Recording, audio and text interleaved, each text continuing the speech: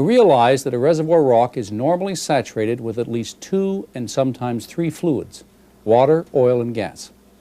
The relative amounts of these fluids present, their composition, and physical properties, such as their phase behavior, density, viscosity, and compressibility, can vary widely from field to field and often from reservoir to reservoir.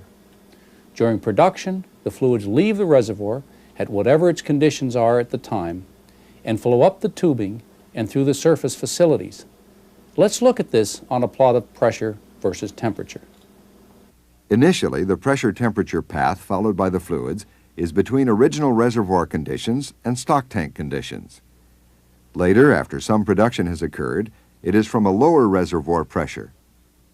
In order to manage our reservoir properly, we need to know how the fluid properties change both in our reservoir and as they come to the surface during production. Natural gas is the easiest to discuss. Gas expands as the pressure is reduced and contracts as the temperature is reduced.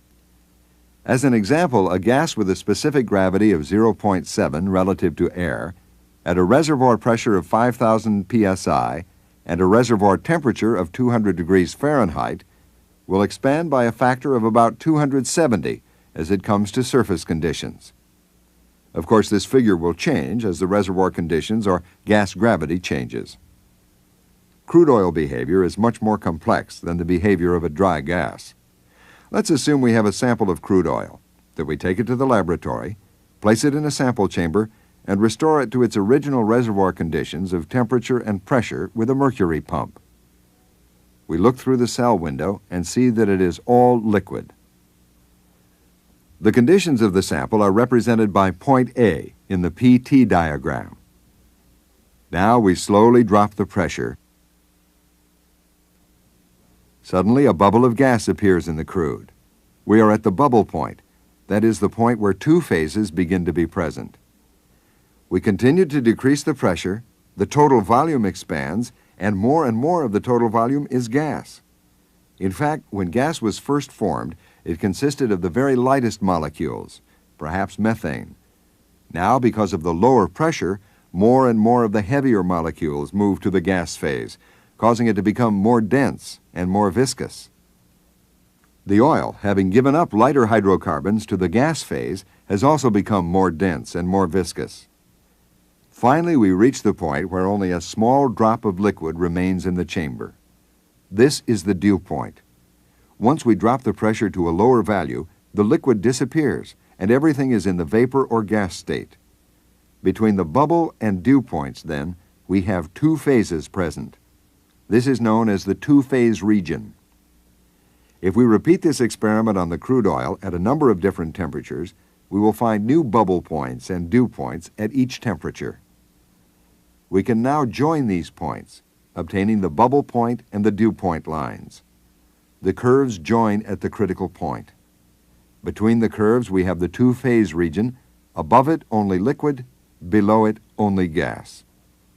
Within the 2-phase region, we can join points of equal percent liquid. Each crude oil has a different phase envelope, but for simplicity, the reservoir engineer will often define a broader classification range for crudes. This classification may depend, for example, on composition, gravity, and gas-oil ratio. Here we see a 4-group range, beginning with a dry gas.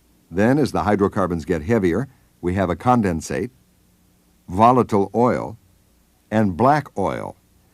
Note that the methane content drops as the hexane plus fraction increases.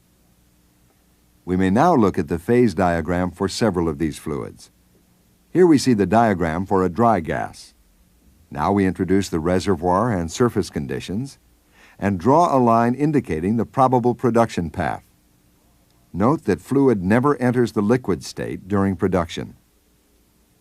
For a condensate, we see that 2 phases will form in the reservoir as we drop the pressure, and that a small percentage of liquid will be recovered in the separator. For an oil, we may start off with only liquid, but a gas phase will form in the reservoir as the pressure is reduced. We also see that as production flows to the surface, more gas will come out of solution and be separated in the separator. Remember that as we reduce the pressure, the volume of crude oil and any free gas that is formed increases. And this is especially significant at pressures below the bubble point when gas is present. The oil itself expands as pressure drops to the bubble point pressure, and then decreases in volume as free gas comes out of solution. A barrel of original oil in the reservoir, then, will be a smaller oil volume in the stock tank, but the total volume of both oil and gas that came from the original barrel will be larger.